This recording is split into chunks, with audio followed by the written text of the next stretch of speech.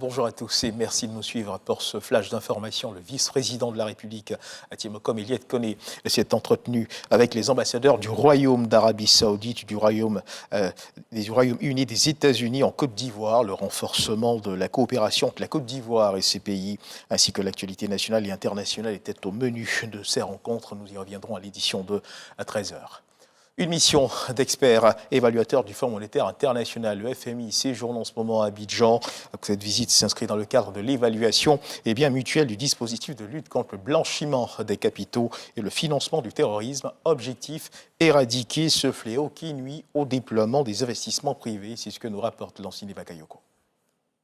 Le processus d'évaluation mutuelle qui démarre constitue une belle opportunité pour jauger de la capacité de la Côte d'Ivoire à faire face au fléau du blanchiment de capitaux et du financement du terrorisme. Les acteurs nationaux ont donc l'obligation de fournir à l'équipe d'évaluation les informations devant prouver l'efficacité du dispositif ivoirien. Le groupe d'action financière GAFI a édicté 40 recommandations représentant les standards que tous les États devraient mettre en œuvre.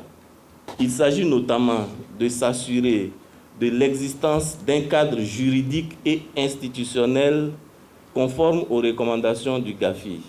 La Côte d'Ivoire, qui fait de l'investissement privé le cœur de la politique de transformation structurelle de son économie, envisage au terme de cette évaluation de se doter d'un dispositif robuste de lutte contre le blanchiment de capitaux et le financement du terrorisme. La lutte contre le blanchiment de capitaux et le financement du terrorisme constitue une composante intégrante de la surveillance bilatérale du Fonds monétaire international, ainsi que dans le cadre du programme d'évaluation de la stabilité financière et des programmes d'assistance financière. Plusieurs actions ont déjà été entreprises par le gouvernement pour affiner son dispositif de lutte. Il s'agit, entre autres, de l'adoption en mai 2020 du document de stratégie nationale de lutte contre le blanchiment de capitaux, de la mise en place du pôle économique et financier, de l'autorité de régulation des jeux de hasard et de l'agence de gestion et de recouvrement des avoirs criminels. Toutes ces actions ont pour but de permettre à la Côte d'Ivoire d'améliorer significativement ses résultats en matière d'enquête, de poursuite, de condamnation et de saisie des avoirs criminels. Débuté en juin 2021, le processus d'évaluation est prévu pour s'achever en mai 2023 avec la présentation du rapport devant la commission technique du GABA. Un séminaire de formation sur la gestion patrimoniale des biens immobiliers de l'État s'est tenu récemment. 30 personnes y ont pris part. Une initiative du Comité national de pilotage des partenariats publics-privés, en abrégé CNP-PPP.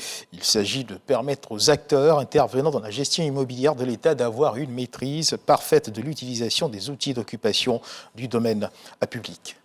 Dans l'actualité internationale au Burkina Faso, la mine industrielle Riverstone Karma, située à Namisingima, dans la région du nord du pays, a été visée par une attaque hier jeudi au petit matin. Des hommes armés ont lancé un assaut contre la mine aux environs de 4h30 locales. 2 personnes, dont un civil et un soldat, auraient été tués durant l'attaque, ainsi que plusieurs personnes blessées, des véhicules incendiés, notant que tout le personnel de la mine a été évacué.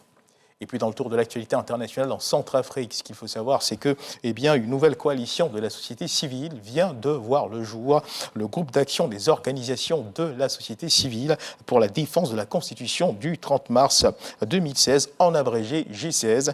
Cette nouvelle coalition de la société civile compte se mobiliser contre le projet de réforme constitutionnelle qui devrait permettre au président Faustin Archange Touadéra de briguer un 3e mandat.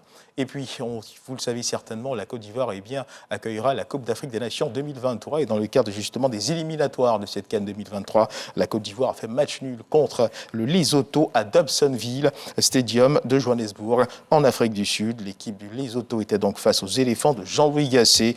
Au classement, ce match nul permet à la Côte d'Ivoire d'être seule en tête du groupe H avec 4 points, devant la Zambie 3 points, les Comores 3 points, le Lesotho 1 point. Prochain rendez-vous, Côte d'Ivoire, Comores et Zambie-Lesotho. Ce sera dans le mois de septembre. Voilà qui marque la fin de ce flash d'information. Merci de nous avoir suivis. Je vous retrouve à 13h pour le journal.